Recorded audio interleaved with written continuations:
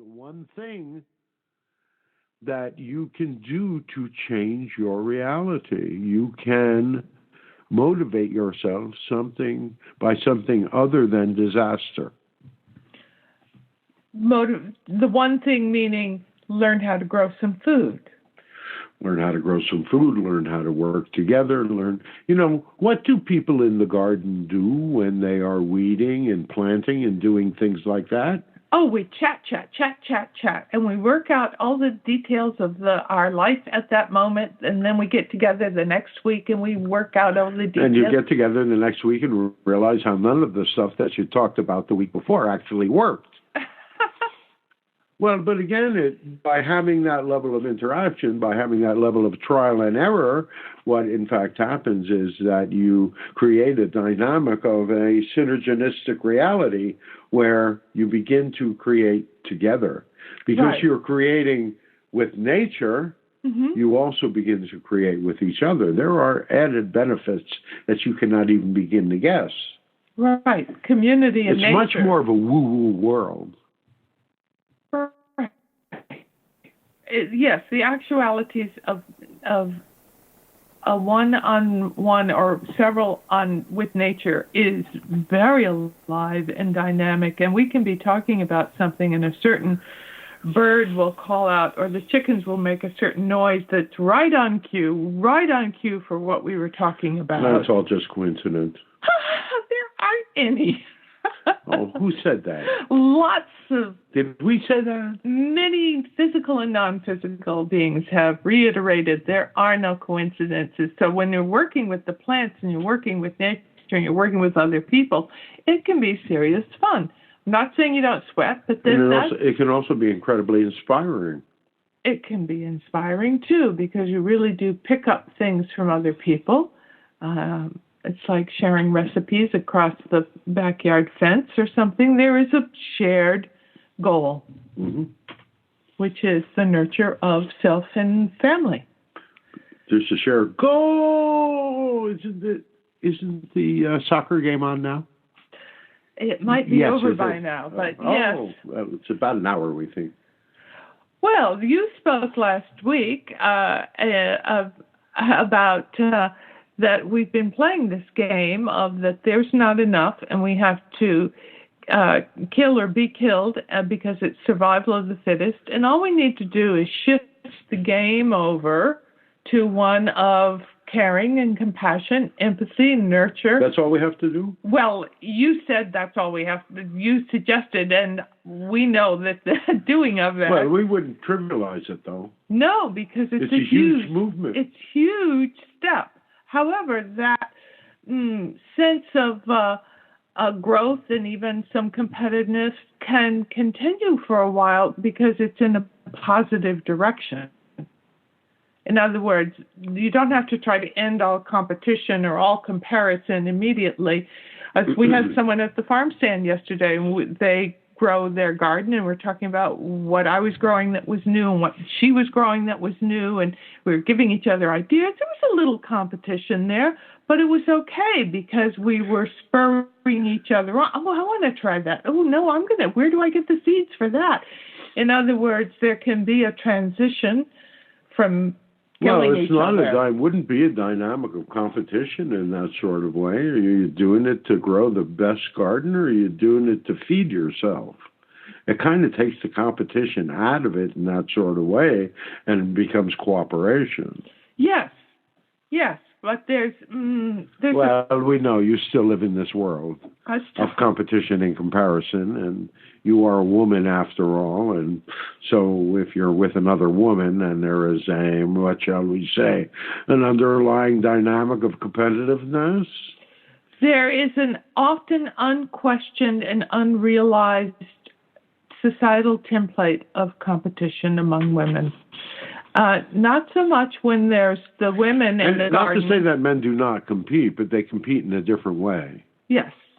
And that way would be described as more... overt, whereas women, it all seems very nice, and there's nothing like being cut by another woman in a way with a smile on her face and her hand on your shoulder, and you just realize that your feet have been cut out from underneath you. So the competition is there, and it's ingrained. That doesn't mean it can't shift and change without having to just end overnight. Well, it's not what going would to. it take? It would take safety and security, wouldn't it? Well, the safety and security, yes. As soon as the safety and security question comes up to the fore, then we become much more cooperative in general. Truth. So what's it going to take? Is it going to take something that requires safety and security thinking, survival thinking, in order, or can we consciously choose to transform? Well, that's a question that we're asking, isn't it? That's the question I'm asking, not only of the audience, but of myself, to be able to... Well, that's going to be a difficult question to answer. No, but the doing of it is another thing. Really, why? Because sometimes... You are in a better position to do that than most anybody else out there. Why would it be so hard for you? Not hard, but I do recognize that sometimes old habits come up, and they might need to be changed in the moment. Right. And if you have to now, for the winter, only eat 3 days a week because your princess kept you from doing the dynamics that you needed to do at the time that you needed to do them, then what? I'd be kicking myself. And he'd be kicking me too. But would you be kicking your princess? In other words, it's one thing having the old feeling, it's another acting on it. Right. Or allowing it to get in your way. Right. That's just plain ridiculous. That's self-sabotage. Now, we will spend the whole show on where princess comes from, where negative ego comes from, where your child and your adolescent comes from, and the emotional templates that they carry with them. But it's not going to be today. Seeing as we only have 20 minutes left, it is important to say that this is a much longer show. But, we tend to personify different pieces of your psyche so that you might be able to understand how it all works together, how your reality works together. Right. Physical, emotional, spiritual. So it's time to, pieces of self-resist or whatever, and it's time to just say, okay, I hear you, and you're not going to drive the car. We're going... It's time to overcome them. Right. It's time to realize that not only do these pieces lie to you, they are trying to keep you from being successful. Correct. Oh, you mean it's not all those other people out there who are trying to keep me down? It's all you. It's all your beliefs, and we speak to the collective you out there. Those of you that feel powerless, you have so much power you would not even know it. If we did private readings with each of you out there that thinks you're powerless, we can show you where you've been giving your power away left and right. Right. We just set a rooster off. So just to tell you. Yeah, the chickens here do tend to add their 2 cents to whatever. They add an exclamation point to whatever is going on in the conversation because we're all connected.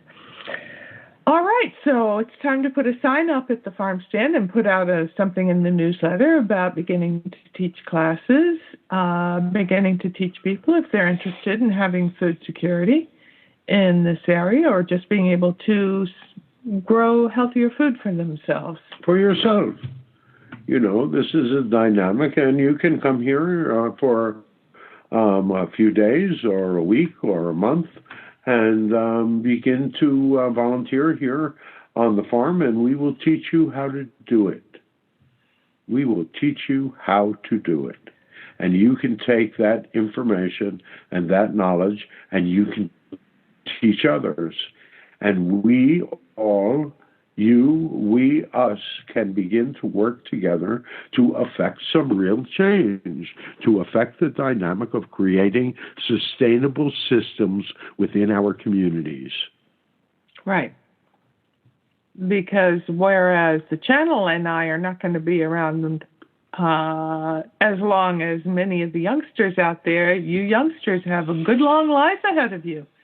Sure. I can remember a time where I ate a 24-ounce steak.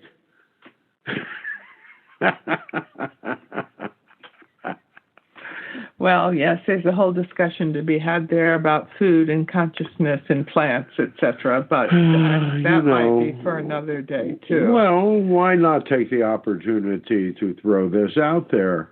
Right. Okay. Because, well, it's all how you treat your food. Right. There is nothing more sacred. There is no greater gift that one being can give to another than to incarnate as a food source for another creature, for another being. No greater gift that you can give, no greater dynamic.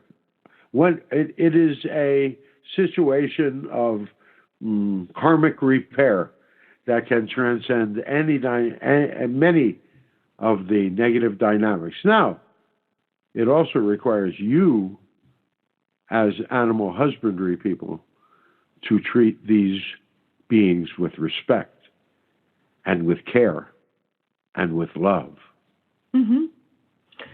And let me just say, because I'm more on the plant side of things, plants absolutely have consciousness. And as you have said, they tend to scream when we pull them out of the ground. Yeah, it's a rush.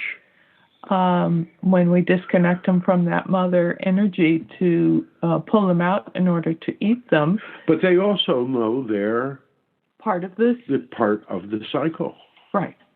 Right. So to get on a high horse about not wishing to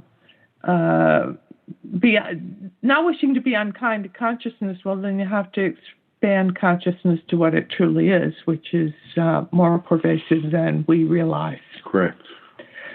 And let us say this, and a lot of you are not going to really like to hear this, but this movement toward false meat and vegetarian it is an attempt to control your food. Right. And there are books out there about how you control a whole society by controlling the food. Correct. So they've got you in the idea of thinking it's going to be more healthful, it's going to be more beneficial, it's going to be kinder to the animals, and all of those things. And in fact, it is just another way for them to have control over you.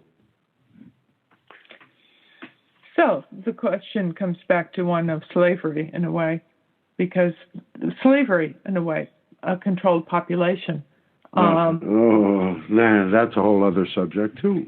But that movement towards individual freedoms and the power to live one's life as one wishes to is central to this country. And there's a whole dynamic of awakening that we have spoken of for quite some time now, and that you are beginning to see more and more, and it's becoming an exponential dynamic. In other words, it's not linear in its movement. It is growing by leaps and bounds. So, and you're going to see this happening more and more and more. So a lot of the dynamics of, what shall we say, moral lifestyle. And we don't mean religiously moral. We mean doing the right thing. Right. For yourself and for others. And for life. For the celebrating life, correct. Yes. Correct. And the multiple myriad of forms that are involved in that dance. And they shall beat their swords into plowshares, and never will they know war anymore. Think that'll ever happen to your world, dear ones? If we have something to say, it will. And we're saying something. That's right, an hour and a half every Sunday morning. I won't wrench my shoulder by patting myself on the back. All right, we'll do it for you. So yes, food treat. There is that wonderful movie from back in the day called The Gods Must Be Crazy, a delightful movie that takes place in Africa. But they had a very interesting flash of the past. Yes, well worth watching. But it had an interesting take on eating meat and caring for one's family and community. Well worth watching. Delightful. And so we eat every day. We all need to do that, hopefully every day. And the choices we make about how we feed ourselves are crucial now. Right.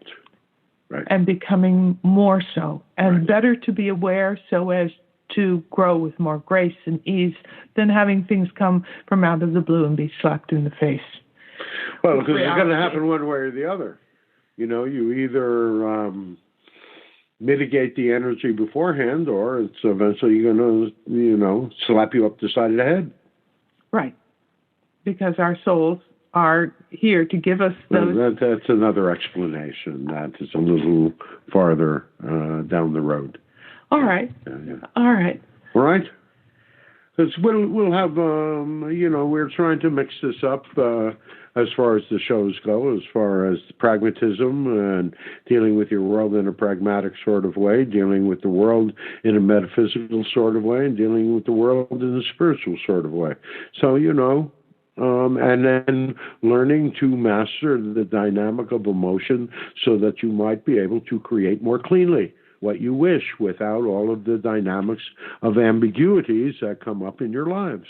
And it simply becomes a dynamic of learning the techniques, learning how it works.